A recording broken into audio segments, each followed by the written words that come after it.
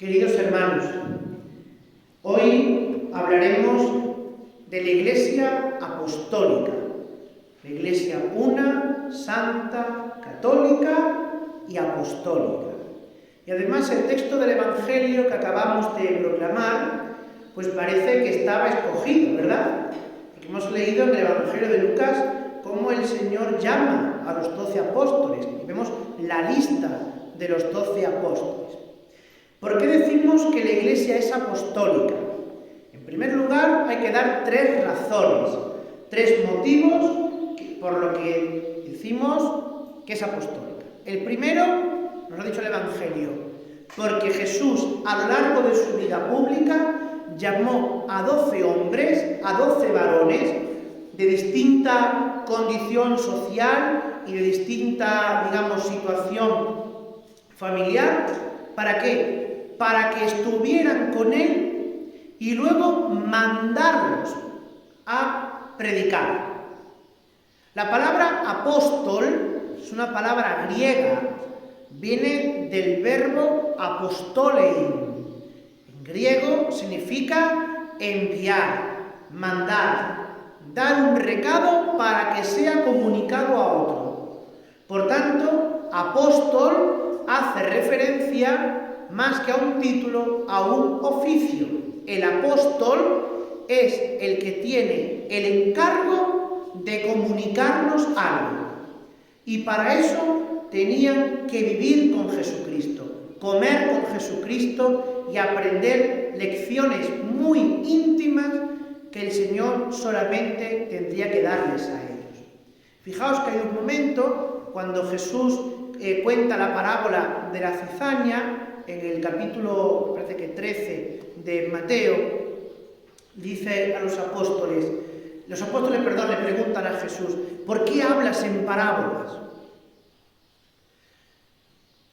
Y Jesús le responde a los apóstoles, a ellos tengo que hablarlos para que oigan y no entiendan, pero a vosotros se os ha dado a conocer los misterios del reino.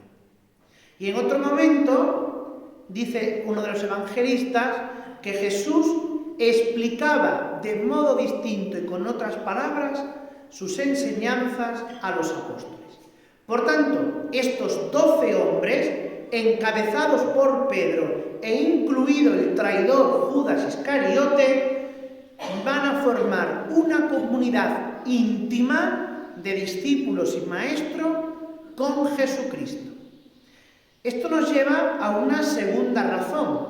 La segunda razón por la que decimos que la Iglesia es apostólica es precisamente porque estos, después de la muerte y la ascensión del Señor a los cielos, van a ser enviados al mundo entero, o al menos al mundo entonces conocido, que era prácticamente desde Turquía hacia España, todo lo que es el Asia Menor, Europa hacia España, son el mundo conocido, Siria, Egipto y el norte de África. No se conocía más, no se había conquistado más por parte del mundo, ¿de acuerdo? Bueno, pues a ese mundo conocido van a ser mandados ellos. Y eso lo encontramos, fijaos, en el libro de los Hechos de los Apóstoles, un libro que leemos en la Pascua y que yo recomiendo que lo leáis, porque son historias muy bellas, muy ilustrativas de cómo fue la primera predicación de los apóstoles. E incluso, fijaos, hay unos hechos apócrifos de los apóstoles que son leyendas que se forman sobre ellos y que, como yo siempre digo, la literatura apócrifa no es una literatura que la Iglesia oculta por una verdad rara que se quiera esconder, no. De hecho, hoy, gracias a Dios, los hechos apócrifos de los apóstoles están editados en la BAC, que es una editorial católica, Biblioteca de Autores Cristianos. Son 3 tomos así de gordos, bilingües en griego, latín y español para quien lo quiera leer. Yo ahora mismo me lo estoy leyendo, estoy ya con el último de los tomos y es apasionante todo lo que se cuenta de los apóstoles. Bueno, pues hay una predicación primera de los apóstoles. Esa predicación de los apóstoles, que fue oral, no fue escrita, fue oral, es la que llamamos la tradición apostólica. Y esto es importante, porque los católicos nos distinguimos de los protestantes, por ejemplo, porque no solo creemos como verdad lo que dice la Sagrada Escritura, puesta por escrito, sino que los católicos sacamos la verdad de la Escritura y de la tradición. La palabra de Dios, la revelación divina, nos ha llegado a nosotros como si fuera una fuente de agua pura a través de dos caños, la Escritura y la tradición. Y si queréis, os lo digo en orden cronológico. Primero fue la tradición apostólica y después fue la Sagrada Escritura. Porque por escrito solo se pone aquello que Dios inspira y hace retener a los escritores sagrados para que sirva a nuestra salvación. Por tanto, hay muchas otras cosas más que dijo Jesús y que enseñaron los apóstoles que no están en la Biblia, que no están en el Nuevo Testamento, pero que a nosotros nos ha llegado por esa tradición. Os voy a poner dos ejemplos. Primer ejemplo. Nosotros, ¿cómo bautizamos? ¿Con qué bautizamos nosotros? A ver. Con agua. Bien. ¿Dónde dice la Escritura que haya que bautizar con agua? En ningún parte. En ningún lado. Jesús dijo, id y bautizad. Y bautizad en el nombre del Padre, del Hijo y del Espíritu Santo. Pero Jesús nunca dijo, coged agua y echársela por la cabeza a las personas diciendo esto. No. ¿Por qué entonces nosotros bautizamos con agua? Porque hay una tradición que viene de los apóstoles, que la encontráis, por ejemplo, en el capítulo 8 del Hechos de los Apóstoles, donde sabemos que los apóstoles bautizaban con agua. Y los apóstoles dejaron mandado que todo bautismo tenía que ser derramando agua e invocando el nombre del Señor o el nombre de la Santísima Trinidad. Y un segundo ejemplo, que este es muy llamativo, muy conocido. Nosotros el 15 de agosto celebramos la Asunción de la Virgen en cuerpo y alma a los cielos, ¿verdad? Y lo creemos. Bien, mi pregunta es, ¿y dónde pone en la Biblia que la Virgen subió en cuerpo y alma a los cielos? En parte ninguna. La Biblia no lo pone. De hecho, lo último que sabemos de la Virgen María es que estuvo en el cenáculo con los apóstoles rezando con ellos el día de Pentecostés. No sabemos más de la Virgen María. Sabemos, y aquí voy a la tradición, que hay una tradición muy antigua que se remonta a la época de los apóstoles, en que nos cuentan que la Virgen María, terminado el curso de su vida terrestre, quedó como dormida, aparentemente muerta, y fue llevada por los ángeles a la gloria del cielo. Y en su sepulcro no tenemos los restos mortales de la Virgen, y de ahí que digamos que fue asunta en cuerpo y alma a los cielos. ¿Veis? Dos cosas sencillas y cotidianas, ¿verdad?, que no están en la Escritura, pero que están en la tradición apostólica. Y por tanto nosotros tenemos que venerar la tradición apostólica. E incluso, fijaos, la misma forma de celebrar la Eucaristía. Tenemos dos textos. En Hechos de los Apóstoles, capítulo 2, versículo 42 y en el versículo 47, donde se nos dice única y exclusivamente que una vez a la semana los cristianos se juntaban para escuchar las enseñanzas de los apóstoles, partir el pan y poner todo lo que tenían en común. Es decir, para la liturgia de la palabra, claro, nosotros hoy leemos un libro, aquellos escuchaban a los apóstoles. Para la Eucaristía, que es la fracción del pan, y para el ofertorio.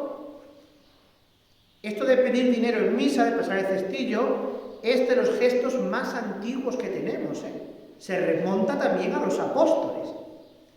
Muchas veces decimos, ay, ¿por qué se pide dinero en misa? Bueno, porque es que los apóstoles mandaban hacer colecta y nosotros seguimos a los apóstoles. ¿Qué ocurre? Que llega un momento en que los apóstoles comienzan a morir. Comienzan a morir porque sabemos que a todos ellos, menos a uno, los fueron matando, ¿verdad?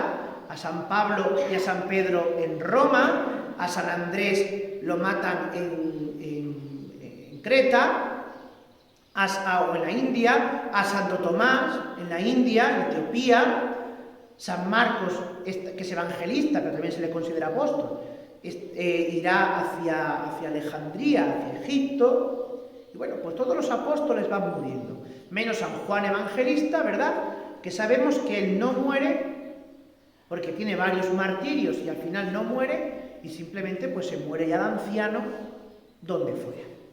Creemos que en la isla de Patmos, donde escribe el Apocalipsis. Bien, entonces se enfrentaban los apóstoles a un problema. Cuando nosotros muramos, ¿qué ocurre? Bueno, pues para ello nombran sucesores. Y los sucesores de los apóstoles, ¿quiénes son? Los obispos. Y aquí viene la tercera razón por la que decimos que la Iglesia es apostólica, porque sigue la línea sucesoria de los 12 apóstoles en los obispos. Solo sabemos de un apóstol que tiene sucesores concretos, que es el apóstol Pedro, y sus sucesores son los obispos de Roma, el Papa, el Santo Padre, el Romano Pontífice, Patriarca Ecuménico de Occidente. Aunque ahora se quieran quitar los títulos esos, pero siempre lo han tenido y para nosotros siempre lo tendrán. Vicario de Cristo y siervo de los siervos de Dios.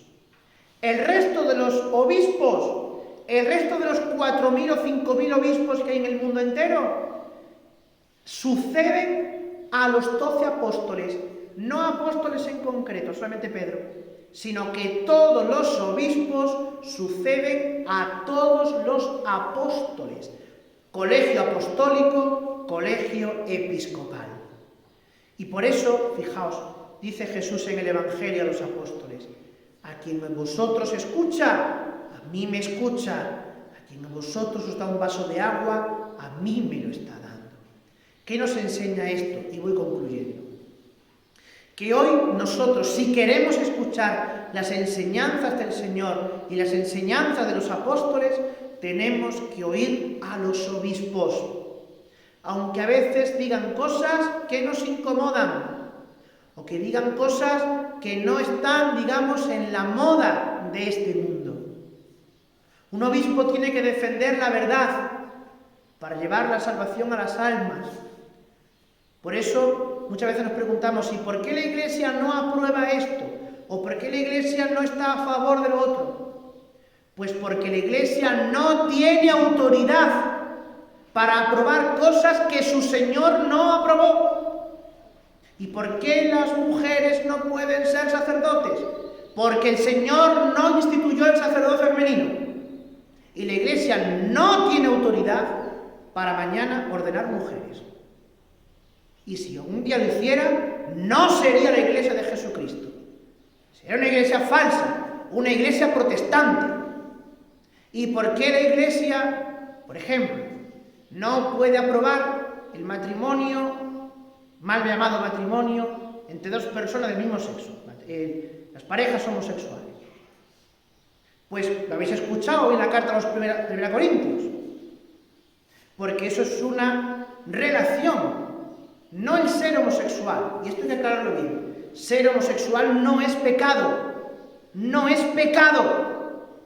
Pero la práctica de la sodomía, la práctica de la homosexualidad, sí es un pecado. Y además condenado varias veces por la Biblia porque abomina a Dios.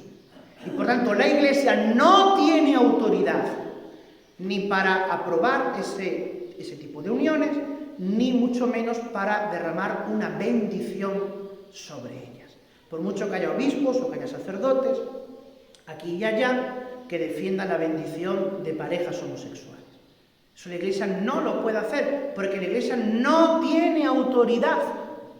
No tiene autoridad de su Señor para hacerlo. No está en la tradición, no está en la Escritura. Y nosotros tenemos que oír la voz de los pastores, la voz de los obispos, en la medida en que son fieles al depósito que el Señor nos dio, el depósito de la fe, el depósito de la tradición.